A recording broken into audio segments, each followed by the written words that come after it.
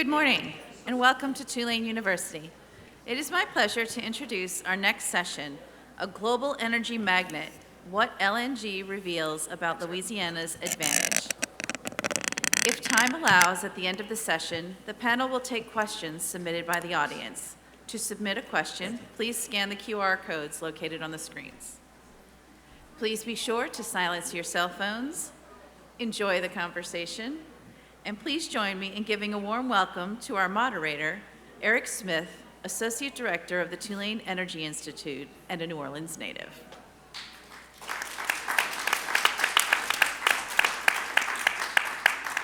Well, thank you all for coming this morning for this little panel discussion. We've got, I think, an interesting lineup here. On my far left is William Gurrola. He's the Vice President and General Manager of Port Arthur LNG, which kind of understates his role. This is his third LNG terminal, export terminal that he's built for our friends at Sempra Infrastructure. So he's our expert on the business of LNG exports and what that means to Louisiana. In the middle, the rose between the two thorns, is Cynthia Ebinger. She is a Marshall Heape Professor of Geophysics at Tulane's Engineering School and is an expert on seismic monitoring technology, and we'll be talking about how that is required when you start dealing with carbon sequestration and other things. And then to my immediate left is State Senator Jeremy Stine, who is also our majority leader in the Louisiana Senate. So he has the political responsibility for most of the LNG terminals here in southwest Louisiana. So with that, we're going to start with William and let William do a little fill in on some questions, and we'll start with the strategic role of LNG exports in advancing energy independence, meeting global demand, and strengthening global energy security. So with that, William, it's all yours. Thank you, Professor Smith. Thank you for the Energy Institute for inviting me to participate to this panel. Look forward for an exciting conversation. A little bit about myself, very quickly. I'm actually a Tulane alum. I did my MBA here 23 years ago. Spent 2 amazing years here. Great to be back. A lot of wonderful memories. So thank you for the invitation and look forward for the conversation. So very quickly, so Sempra Infrastructure, I think Professor Smith mentioned it. Our mission is to become North America's leading energy infrastructure company. We have a portfolio of LNG, energy networks, which is pipelines, fuels terminals, and a low carbon solution business, which includes renewables and potentially carbon sequestration, CCS. And we'll talk a little bit about that. We have a unique position of having export terminals in both coasts of North America. We have our Cameron LNG facility right here in Louisiana, in Hackberry, Louisiana. We're building a mega project in East Texas in Port Arthur LNG. That's my current role right now. And we also are constructing a smaller but very important export facility on the West Coast in Baja California, Mexico. It's the first really export facility using U.S. natural gas into the Pacific Basin straight to capture Asian markets. So that's a little bit about Sempra Infrastructure, my 2-minute commercial. And to address your question, Professor Smith, yes. So global LNG demand is rising faster than supplies are being added, right? We've seen this in the past, and demand is really driven today by increased power consumption and definitely energy security. We'll talk a little bit about geopolitical issues, how energy has become an increasingly important issue in energy security, and then obviously transition goals. A lot of countries trying to meet their climate objectives in the long term. So the U.S. is really uniquely positioned to kind of meet this gap in the demand supply. For example, just when the Ukraine war started 2-3 years ago, Europe really did not import a lot of LNG from the U.S. Since that, 50% of all Europe's LNG imports have come from the U.S. That there's a lot more room there still to grow, as a lot of these countries are trying to wean off Russian pipeline gas. So there's a lot of room, and we expect to significantly increase exports from the U.S. into Europe. And of course, Asia. Asia is the biggest market, and it has a lot of demand growth potential. China, obviously, and Southeast Asia, particularly India, with a lot of the coal to gas switching. So a big opportunity for U.S. LNG. And why U.S. LNG is well positioned? So I like to talk about kind of three things. The cost structure of U.S. LNG for buyers is really, really transparent. It's, before U.S. LNG was, the U.S. was exporting LNG, basically all of the LNG in the world was sold on an oil index basis. So, a large reserve in the middle of, nowhere, basically, transporting it to demand centers all over the world and linked to price of oil. The U.S. came and started, and now, pricing LNG on a gas basis, right? So the U.S. has a deep natural gas market, and its cost structure is very, very transparent to buyers. You buy the gas under a Henry Hub index, for example. You pay some pipeline cost to transport it to the coast. You liquefy it. There's a reserve charge there, and that's your pricing. So it's become kind of, the U.S. has become a partner to the U.S. Global market in terms of transparency and trust. Of course, we have a very liquid and deep capital market, so these mega projects are huge. They require very large investments, and so we were able to tap into the deep capital market in the U.S. And then finally, gas, right? The gas reserves in the U.S. Have grown over the past 10-15 years, and the U.S. has really become a prominent gas producer and exporter in the world. In the last decade, the U.S. has really grown to be the largest exporter of LNG in the world, and it has contributed, we calculate, around $400 billion of GDP. So that's a lot of money, and a lot of that obviously goes to revenues for state and federal, state, and local taxes. And by the way, almost all of it, at least 2/3 or more, are right here in Louisiana and in Texas. So a very good position for the U.S. in this market today.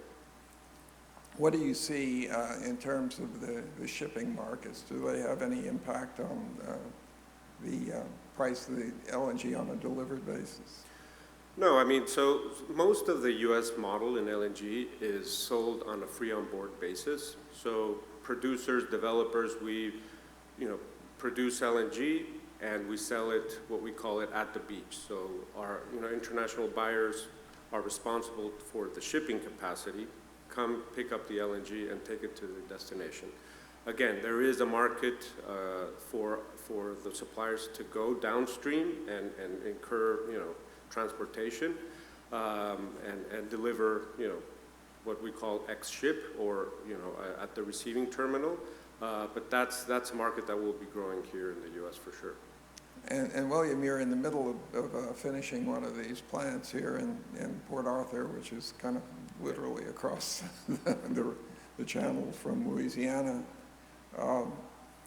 What do you see happening to your labor supply? I mean, there are two labor supplies I know you have to worry about, and I'd like you to address them both. There is the construction pool, Yes. which far exceeds the number of people that we have available in Louisiana or Texas to do this kind of work. And then you have the ongoing long-term employment, but there's, of course, most important, people like Jeremy. Yeah, absolutely. That's a great question. So, I mean, one of the things that really distinguishes this area, and when I say the U.S. Gulf region, Louisiana particularly, Texas as well, it's become a strategic hub for LNG for several reasons.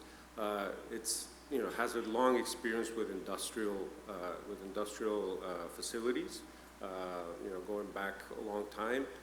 So it has definitely built a workforce that's ready and capable. It attracts from a lot of places in the world. We see workers coming to this region to work in these LNG facilities. And you're right, the pool of labor is limited, and we have a huge number of projects that are being developed and are being sanctioned as we speak and constructed. So it is one of the things that obviously we monitor very closely, and to make sure that contractors like Bechtel, like Technip, that are building these things for the owners, for the sponsors, obviously, one, they take that risk of labor supply, and then two, making sure that we have the adequate amount.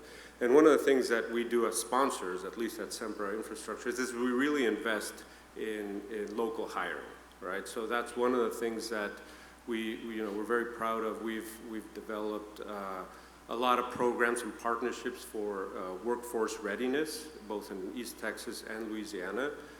For example, we've partnered in the Port Arthur area with the Lamar College, and we have operator training programs. So we train the local students to stay where they want to stay. They don't want to leave and find out jobs anywhere else. So we train them so that they have a job, and it's a win-win solution because we develop our own workforce readiness as well. Very good. Yeah. In terms of specifically of Louisiana, you've got employees at this large facility that's, this facility is fairly large. It's over a mile long, and it's probably a half mile to a mile deep. So right. It's, you would get your exercise if you walked the perimeter every day. When you see the LNG rationales that the world talks about, they sort of view it as a necessary evil, if you will, that somehow going to help them get to complete energy transition. Do you see that happening anytime soon, or do you see an overbuild potential for the LNG terminals? Right. Yeah, that's a great question. So, as I mentioned, the market has been undersupplied for the past 5 years, I would say. There's a lot of projects right now being built and sanctioned to be built. So I think by 2030, these projects take a very long time to build, right? So they take to develop 5 to 10 years to just develop, and then 5 years to build. So the LNG market really goes through these, I call them like super cycles of demand-supply imbalance.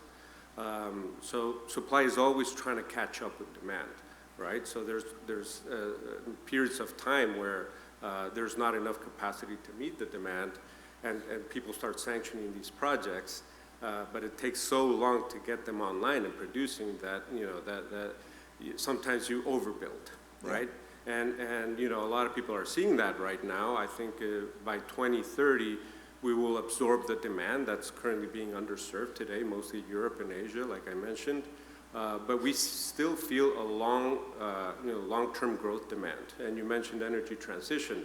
Everybody talks about LNG being a transition fuel until lower carbon fuels are more readily available, economic, but we see LNG not only as a transition fuel but also a destination fuel. The amount of coal in the world that's used today to burn to produce electricity is the main contributor of CO2 greenhouse gas emissions. If we just cut 20 to 30% of that in China, in India, we would definitely help the world meet its climate goals in the long run. So, we think there's still opportunities for the long term in the LNG space. And for the record, Williams' existing facility south of Lake Charles has 3 large trains, and each one of those has got large gas-fired compressors to produce the liquefied natural gas. And they have plans for handling some of that CO2 that Cindy can talk a little bit about. So you want to take your turn and Sure. get started on some of these issues?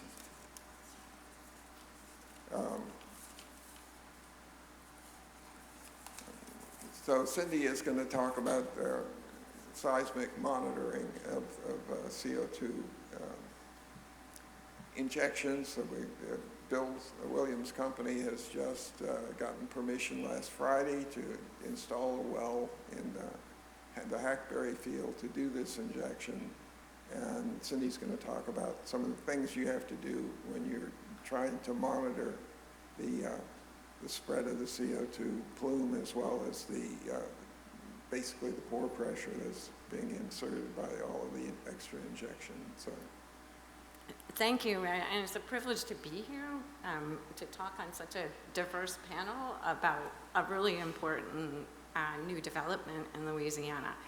I just want to say that the seismic monitoring for natural hazards has been a global, started as natural hazards and also for comprehensive test ban treaty, nuclear test ban compliance, and others have brought the community together. So we've had the first data archives, we've been using AI for maybe longer than a lot of other folks, and we are very global. And we keep looking to find new ways and new science that we can extract from the information, but we also want to see how we can assist society. And we're training, the academic part of this, we're training the workforce so that they understand the subsurface and they understand what happens if you do this. And what doing this for carbon sequestration means that the CO2 is pumped into the subsurface, it's a fluid at those pressures and temperatures, and it will diffuse, it will be trapped within rock formations, and we hope it stays there. And there's safety regulations that have been established. There was a test site in Illinois that was the DOE operated, was monitored in great detail, and guidelines were established. And those have led to the regulatory environment that we have. And so each of these operators will be required to monitor the spread, the diffusion, and to see if anything's changing, because a fluid, CO2, is reactive. And there may be some chemical reactions that in the rock formations in the subsurface that we can't see. We think we understand, but we can only puncture it so many times. So to be prepared, there's monitoring. And we use the monitoring systems. So the company themselves has obligations. But here's where the piece that the essential piece that we've learned from the process of wastewater injection associated with hydraulic fracturing, and even the fracking itself, is put a high pressure fluid in and open up tight rocks to get the gas out, create little cracks, but don't ever let them get big. So there's a whole process there, like keeping them small and not creating big earthquakes. Wastewater injection, though, we learned the hard way that in Oklahoma, the number of earthquakes increased, and over a 10-year period got to damaging levels, and it's taken another 10 years for the number of earthquakes to drop back down again and out of the danger zone. So once you change the subsurface by injecting so much, you can, anyway, we're not really here for Oklahoma, but to say that being vigilant and being observant means that we're prepared. And I would say that one issue that we have here in Louisiana, we have parcels. Hackberry Ridge is a particular piece of land, and there's a diffusion profile expected that will be monitored. There are salt domes surrounding the region, and there may be other operators in the area. What about joins? What about the connectivity? What about the big picture? And also, do we know everything about the area already? So establishing some type of monitoring at a baseline in advance of full-scale injection, in a way, informs the community, establish transparency, and that baseline then says, did I do it, or is this just a natural process that we need to be aware of? So you know, there's some important need, there's a need to have an independent network, and that could be managed in other ways. I think that would address a lot of the issues I think we're going to talk about in terms of communication, in terms of transparency, and also the educating the workforce and training the workforce, retaining the best talent in the area. These are ways that could potentially help. Well, I think that's quite the point. These wells, you may have read something about a Class 6 well being approved. Class 6 wells are what Cynthia was talking about in Illinois. These are wells drilled 12,000, 13,000 feet down. They're below any potable water supply. They're essentially drilling into a brine aquifer. And that brine aquifer then is pressurized with this LNG. Over, you know, geologic time, that CO2 will essentially convert to carbonates and add to the limestone base, if you will. And that's already seen its use in Iceland. I believe they have done a pretty serious tracking mechanism. Not every place can do that, but every place, at least in the U.S., that you can think about, has these saline aquifers available. I guess the bad news is that, and it refers to what Cindy was talking about, we don't often have the same level of mapping that's taken place at saline aquifers as we do for potential oil and gas production zones. And this is typically below the level where you would normally find hydrocarbons. So somebody eventually, we can certainly handle the situation here in Louisiana because we've shot so much seismic, but other parts of the country are going to have a harder time if they have to go figure out where's the aquifer flowing to over time. Yeah, and that's why with the monitoring in a larger area, not just the prospect, but to have a larger picture enables us to do numerical simulations of the region and just to check that the number of permits, the amount of CO2 that's being injected is adequate, and we're not opening up fractures.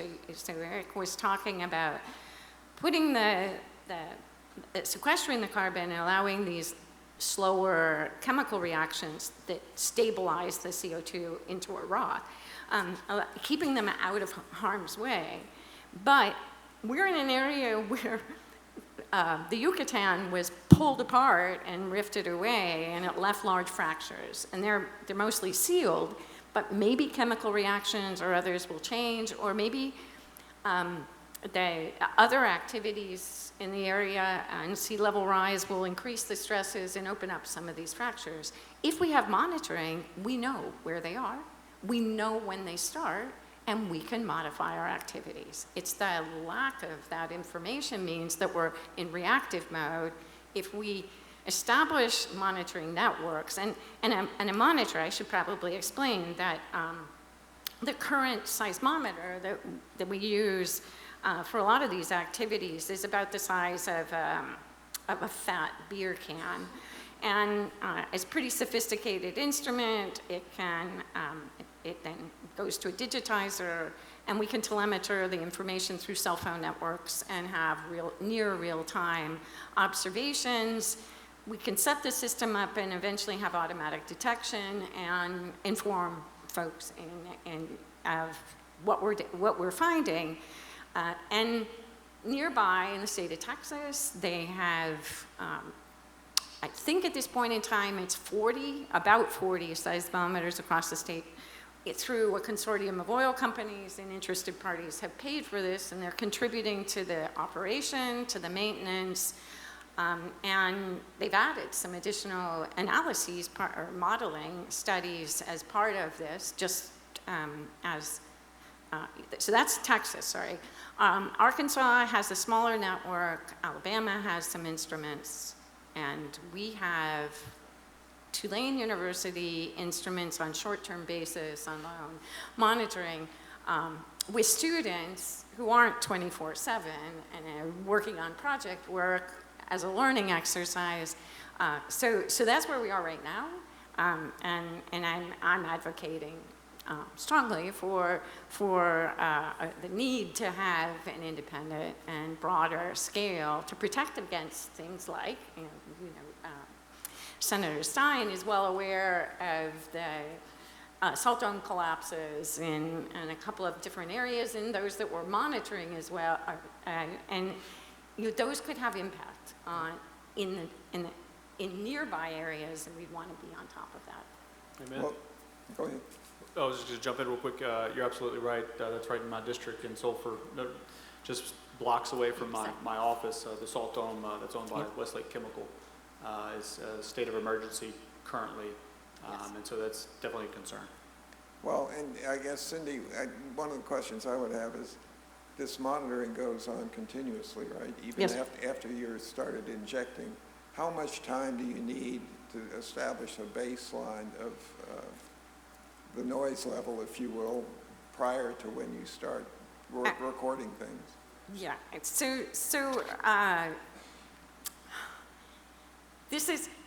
there are so many answers to that question. And the one part of it is that we won't know all the potentially active faults because the repeat times of earthquakes in the area might be 100 years.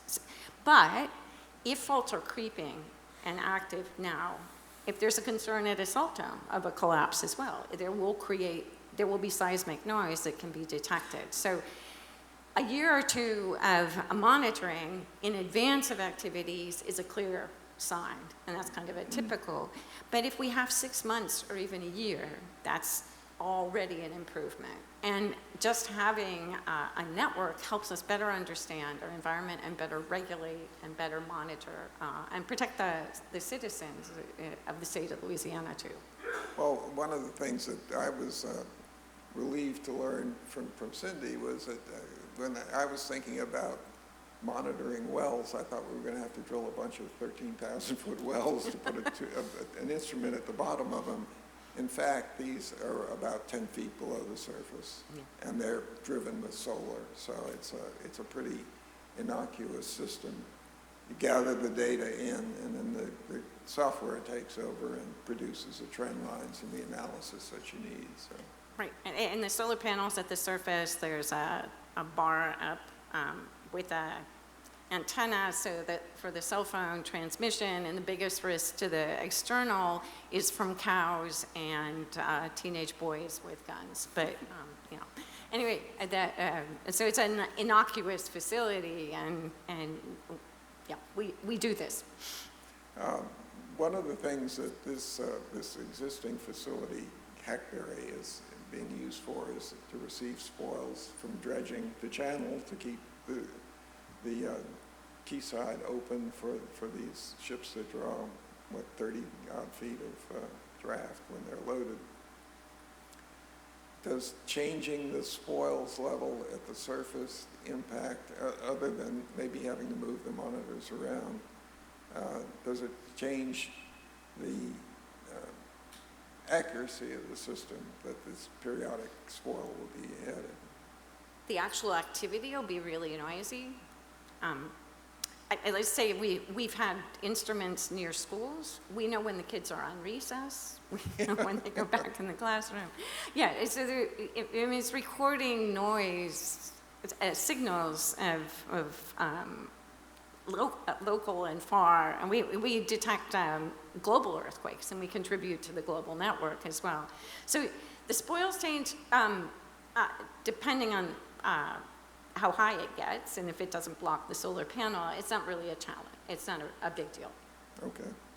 And how many monitoring sites do you need per well? So for example, William's going to be installing this first well at what he thinks is the ideal location for extending the life of that for up to 100 years of emissions. But what do you see him needing in terms of the number of monitoring sites to get an accurate picture of what's going on? Well, they're obliged, you know better, I haven't seen the details of the regulation, but you're obliged to monitor the area that for which across which the CO2 will be diffusing. And so they will have a network, but that's your piece. Right. And it's the larger area that I would say, and a minimum, given that we also have industrial activities in the northwestern part of Louisiana with the fracking and wastewater injection, and now starting to get some deeper and larger earthquakes in that area, the state needs a minimum of 10 seismometers given the levels of activity. And we would say then that each of these areas should be enclosed. We can locate an earthquake well if we have 4 to 5 stations spanning the area. And the offshore is obviously the challenge. I mean, we're going to have a gap on the in the ocean, but those are the kinds of station distributions we've been talking about. But this is small bucks to the companies that we're talking about. I, as an academic, can run an experiment with 7 instruments that I have here at Tulane, and I don't know how many of you know we don't exactly have oil and gas company budgets for our research proposals. So yeah, this won't break the bank. So it's less than $1 million a year? Yes. Okay. Yeah, that's correct. Well, that's a rounding error for Jeremy, right? Exactly. It's a rounding error for anyone else in the room, and we can do so much with that. All right, well, let's switch a little bit to talk to Jeremy here about what's going on with the state. And I guess my first question would be, what's the current stance within your district and the parishes that make up your district, the 27th district?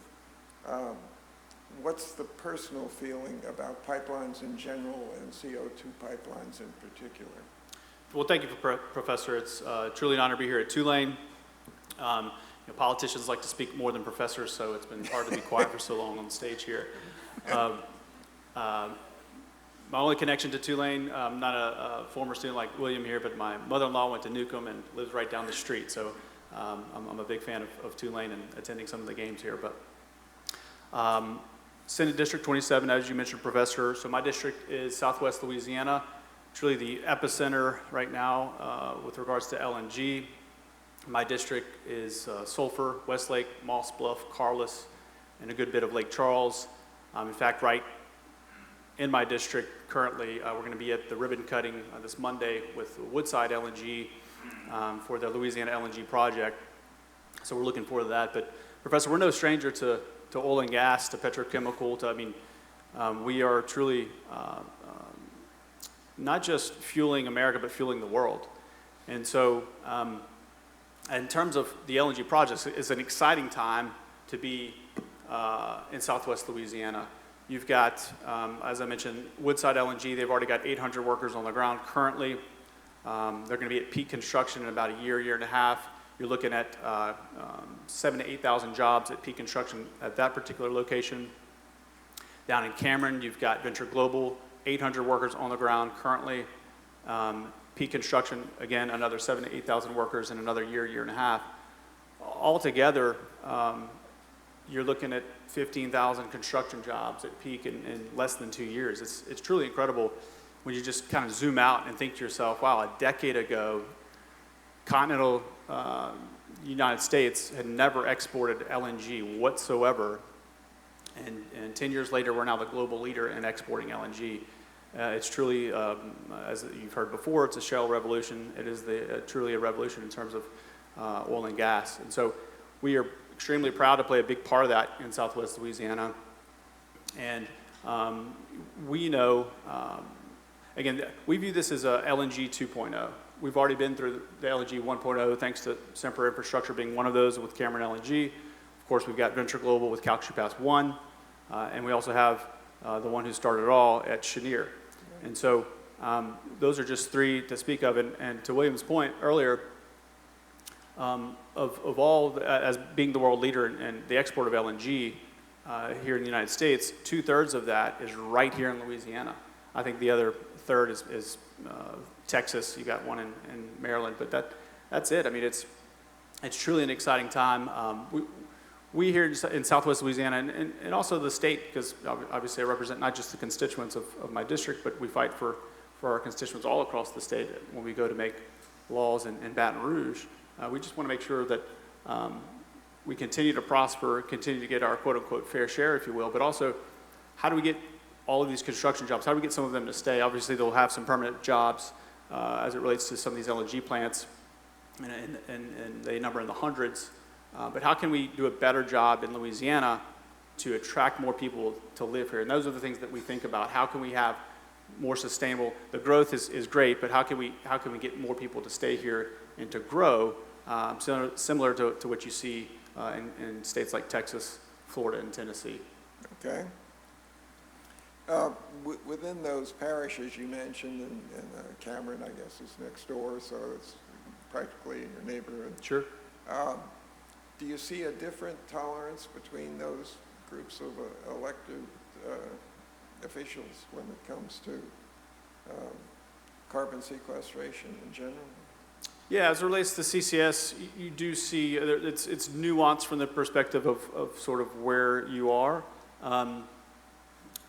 But I will say there is growing opposition across the communities, across the state of Louisiana. You are seeing Cameron Parish, for example, where we've got, Heape, they're doing some CCS.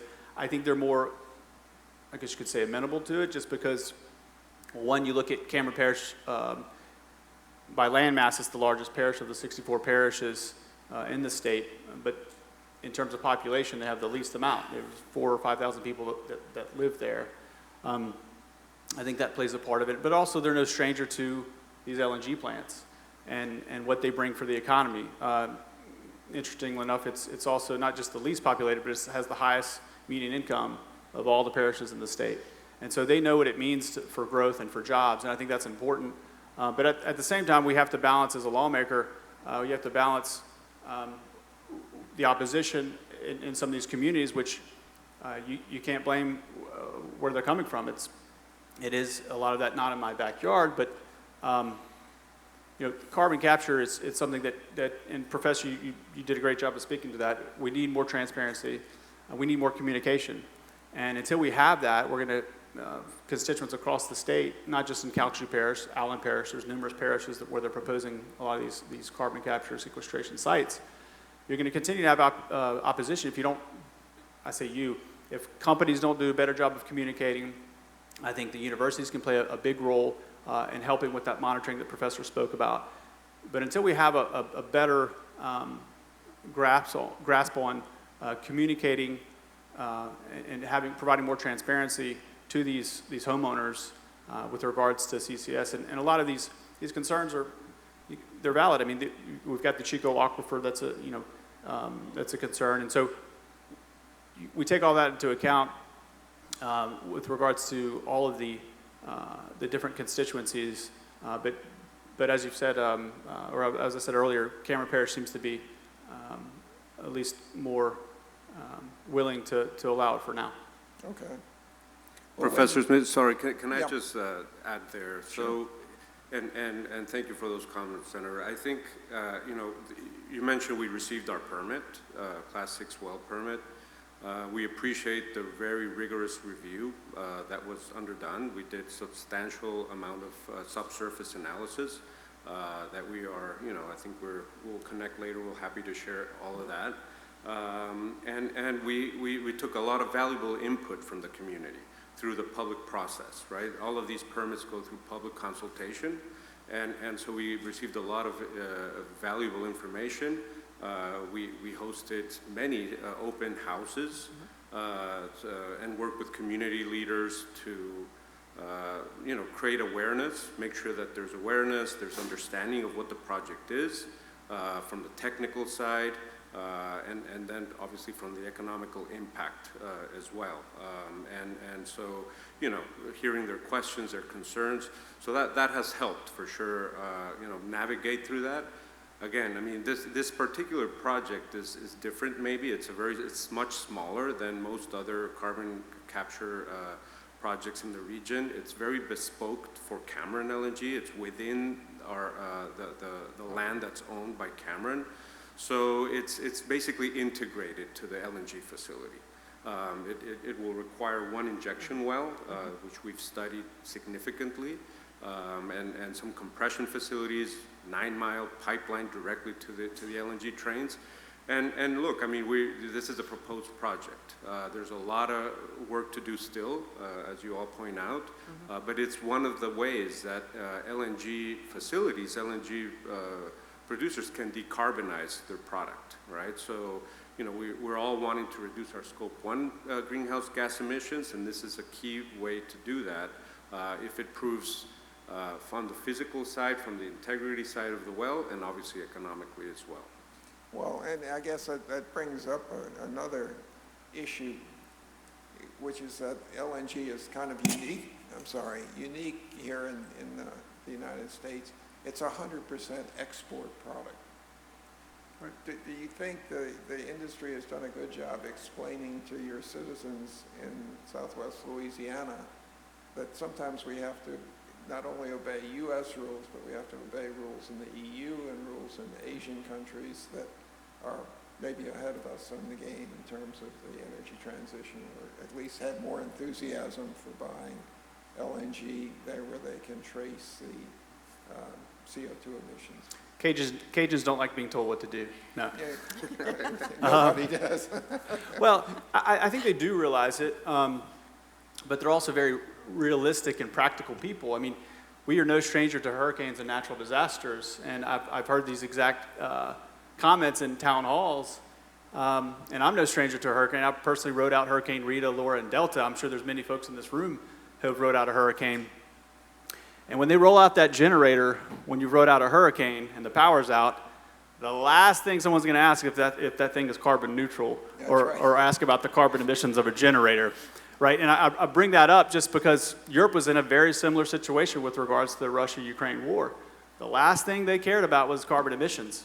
In fact, Germany started to crank up a coal plant. They're desperate for gas. And so those are very valid points that are brought up in these town halls. When push comes to shove, Europe wants reliable and secure supply of their natural gas. And so I think a lot of folks in Louisiana understand that we're in the catbird seat with regards to leverage. When you look at our competitors on the global arena with regards to LNG, Qatar is the one that's brought up the most, obviously Russia, but as folks know in this room, EU is going to wean themselves off of Russian gas by 2027. So that bodes well for countries like the US and Qatar. But oh, by the way, Qatar sits in a very dangerous neighborhood with the Strait of Hormuz and an unfriendly neighbor with Iran. And oh, by the way, Qatar also is friendly with Hamas and other terrorist regimes. And so if you're a company, or a country rather, and you want safe, secure, cheap supply of natural gas, you look to your number one ally, and that's the United States. And I think folks in Louisiana understand that. And I think we can, as Americans, we should lean into that leverage, and we should continue to lean into that. That's not to discount the concerns with regards to carbon emissions. I think we could even propel us even further into the future if we're able to do those and have that optionality of having those lower carbon emissions. I think it's still extremely important. But at the same time, at the end of the day, when it comes to some of these constituencies that may be opposed to CCS, it comes down to communication. Sempra Infrastructure has done a great job in Cameron Parish. It comes down to communicating and transparency, monitoring like the professor talked about. We can have truly the lion's market share with regards to this if we continue to do what we do. I think that's why Europe loves to do business with us as well as Asia. Well, and they are big investors in these plants as well. So. That's right. Total with 16.6% of Sempra's Cameron LNG project, as well as Japan. And I would say 80% of our off-takers from these facilities our European end users, utilities particularly? Well, we really don't have any time for questions. We're down to 38 seconds, but I really want to give a hand to these people for coming in and telling us about what's going on in LNG. Thank you, Professor.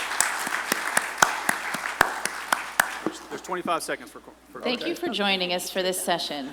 Our next session in this space will be the future of energy and commerce, which is scheduled to start at 12:45.